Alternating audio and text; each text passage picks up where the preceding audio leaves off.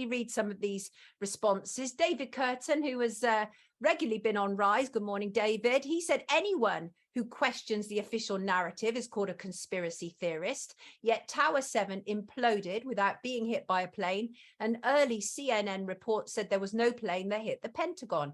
Either way, 9/11 was used to justify invading Iraq, which had nothing to do with it. 100%. That's David's take on it. Patrick 2000, morning, said the laws of physics say it's not possible for asymmetric damage to cause perfect symmetrical collapse.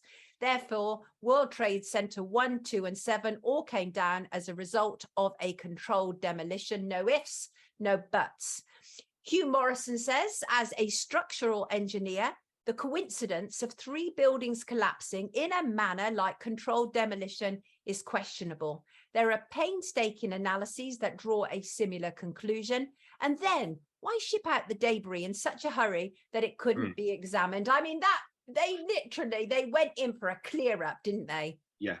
And passports don't melt, but steel does. Right. Interesting. Exactly. Ooh, magical. Yeah, babes. The fact controller says, until COVID, I used to believe a large proportion of all the news and historical records. Now I just see propaganda and mind control. Every past event I now see differently, and I'm asking lots of questions. Well, good point. Excellent.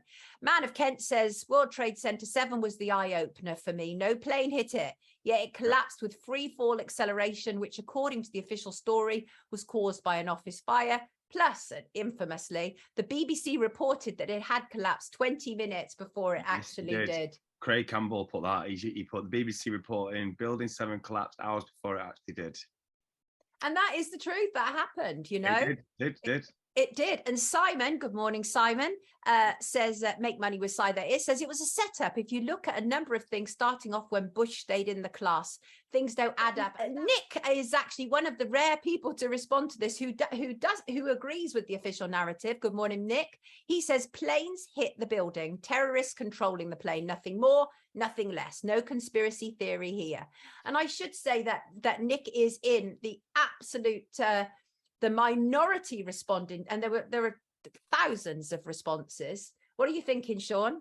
Does Nick know that on the same day, the Secret Service was running a test in case, I don't know, it happens all the time. They're like, oh, we're going to do a test tomorrow. 7-7. Exactly. So they confused the heck out of people in the actual services that would want to save and help people.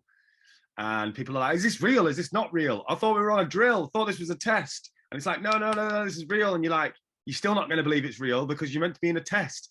Like the psychological levels to it. Oh, it is disturbing. I think we could probably have up to 10 examples of where they were running training exercises at the same time. This world, extraordinary events went off. Yeah, is ran by psychopaths. Yeah, and I think we've had someone on before, and I can't remember his name now. And he said he has now come to the conclusion that he lives in a death cult. Do you remember who it was?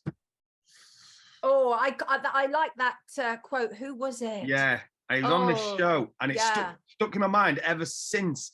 And I'm just starting to accept that we actually live in a death cult, and the whole world is run by psychopaths, and they do not have the slightest in like percentage of empathy. These are literally like the bottom of the barrels. They are. Absolutely. Let me read some more of this comments. John Mack said, well, this thread stirred so many emotions. Incredible response from so many people who are far from comfortable with the official narrative. Pleasing to see so many appear to have seen through the veil of deceit. So some more. Divine Rising Goddess, who is our Freckles on the live stream. Miss you so much, you live streamers.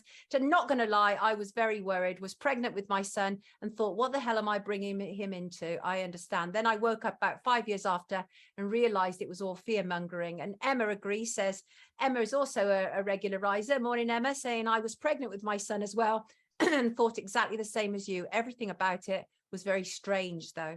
And it was strange. Yes, go on. It was. I get a lot of messages at the minute as well about mums saying the same thing about this period in time now, and that they're really worried about bringing a child into the world. And I just want to say, like, don't be, because your child is needed. Like, Yes. People don't realize like how important it is to have a child that is going to be brought up by a parent who knows what's going on.